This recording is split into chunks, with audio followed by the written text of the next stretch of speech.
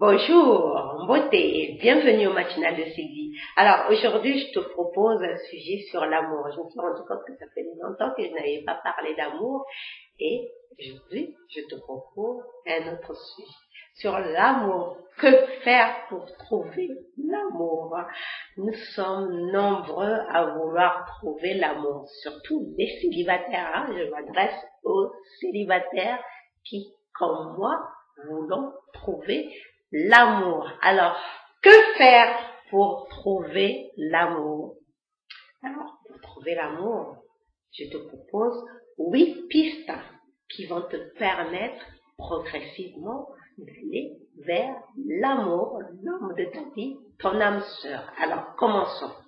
La première chose, c'est de croire que tu peux et que tu mérites d'être aimé. Je vois souvent des personnes qui ne croient pas en eux, qui ne croient pas qu'ils méritent d'être aimés parce qu'ils ont souvent eu des déceptions amoureuses, ils ont connu des échecs amoureux, alors ils se disent qu'ils ne méritent pas d'être aimés, qu'ils ne méritent pas de trouver l'amour. C'est une erreur de penser comme ça parce que tu éloignes toute possibilité de trouver l'amour. Donc, crois que tu peux et que tu mérites d'être aimé et tu trouveras l'amour. Alors, la deuxième chose, c'est de travailler sur toi-même. Si tu travailles sur toi-même, tu sauras exactement ce que tu aimes et ce que tu acceptes chez l'autre et ce que tu n'acceptes pas. Donc, travaille sur toi-même pour pouvoir bien faire ton choix en toute connaissance de cause et assumer la personne, le choix que tu fais.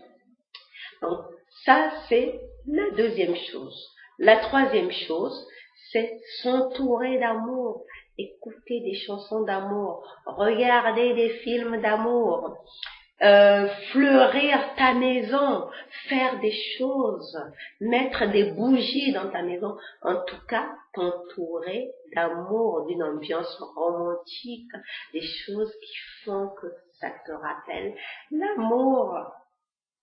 C'est tellement magnifique de baigner dans l'amour que pourquoi ne pas le faire? Entoure-toi d'amour. La quatrième chose, montre de l'intérêt pour le sexe opposé. Très souvent, quand on a trop connu d'échecs amoureux, on commence à nourrir une certaine aversion, un désintérêt total pour le sexe opposé en se disant « Oh, souvent j'entends des femmes qui disent tous les hommes sont des cons, tous les hommes sont des salauds » ou bien des femmes, des hommes dire « toutes les femmes sont des garces ». Mais tu ne trouveras pas l'amour si tu penses ça. Si tu as ce genre de pensée sur le sexe opposé. Donc, aie des pensées aimantes, manifeste de l'intérêt pour le sexe opposé.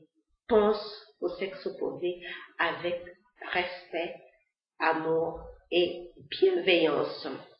La cinquième chose, c'est de faire que la personne, peut-être que tu fréquentes quelqu'un en ce moment, mais sans qu'il ne se passe rien entre vous.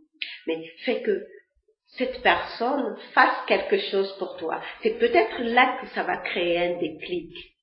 Je me souviens, il y a plusieurs années de cela, presque 30 ans maintenant, mon oncle connaissait une jeune femme très gentille, très agréable, et il se trouve que ce jour-là, il a eu envie de manger un bon plat africain, un bon plat sénégalais. Il se trouve que sa femme est sénégalaise, il a eu envie de manger un bon plat sénégalais.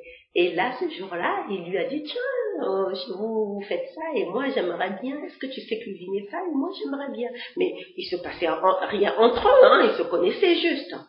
Et elle aussi, elle a dit, ah oui, je le fais très bien, bah, si tu veux, je viendrai te le faire. Et elle est allée lui faire ce bon tchèp. Et il s'est passé un déclic qui a fait que, aujourd'hui, 30 ans plus tard, ils sont toujours ensemble, ils ont de beaux enfants, et voilà. Donc, tu peux faire que l'autre fasse quelque chose pour toi, et ça peut créer un déclic chez vous. Alors, la 6e chose, c'est de faire quelque chose d'excitant ensemble. C'est comme ça qu'on sent que l'amour est entre nous, hein, qu'on peut trouver l'amour, faire quelque chose d'excitant ensemble. Comme l'exemple précédent, vous pouvez être en train être juste des amis qui vous fréquentez sans qu'il ne se passe rien entre vous. Mais un jour où vous allez, par exemple, faire une grande fête, ou bien vous allez à un festival, et là vous faites quelque chose de festival, les gens sont excités, ils dansent, et là, en partageant ce moment féerique ensemble, ça peut créer aussi un déclic. Vous avez fait quelque chose d'excitant ensemble et ça crée un déclic. Et voilà, il peut se passer quelque chose. C'est là qu'on peut trouver l'amour. La 7e chose, c'est faire que l'autre soit ton miroir. Moi, je sais que en travaillant sur moi-même, bien sûr, hein, comme je l'ai dit, pour se connaître, pour trouver l'amour, travaille sur toi-même. En travaillant sur moi-même, je liste mes qualités. Et de la même façon dont j'ai listé mes qualités, c'est ce que je recherche chez mon partenaire potentiel, parce que je veux qu'il soit mon miroir. Ces qualités que j'ai, j'aimerais les retrouver chez mon partenaire idéal. Donc, fais que l'autre soit ton miroir. Si toi, tu as des qualités, fais de sorte de retrouver ça chez l'autre. De la même manière, si toi, tu veux, par exemple, j'entends souvent des femmes, moi j'en fais partie, mais ça c'est une autre histoire, des femmes dire que je veux un homme riche. Je veux un homme riche. Mais toi, est-ce que tu es riche? Est-ce que tu es un homme riche? Est-ce que tu es une femme riche? Ah oui, fais de sorte que l'autre soit ton miroir. Alors, et la 8e chose, c'est de saisir des opportunités. Il y a certaines personnes qui ne savent pas saisir les opportunités. Hein, on leur présente, on les présente des personnes, ou bien on sort dans des fêtes ou dans des soirées où elles pourraient rencontrer des personnes intéressantes, mais elles se disent ah non, moi je préfère rester chez moi, je suis casanière, non, je reste chez moi. Mais non. Ça ne saisit pas l'opportunité. Ça me rappelle quelque chose qui s'est passé il y a plusieurs années.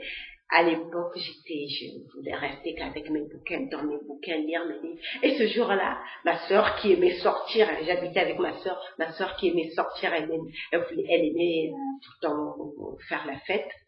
Et ce jour-là, elle me dit, ah Sylvie, j'en ai marre de te voir tout le temps enfermée, allez, viens avec moi. Je lui ai dit, mais non, je vais pas sortir. Ah non, tu viens avec moi, tu t'habilles et tu viens avec moi. Bon, je me suis forcée, je me suis habillée, j'ai fait ma toilette, on est sorti. Il se trouve que la personne qui l'avait invité, parce que c'était juste un ami, hein, il se trouve que ce jour-là, la magie a opéré, cette personne-là est devenue mon amoureux.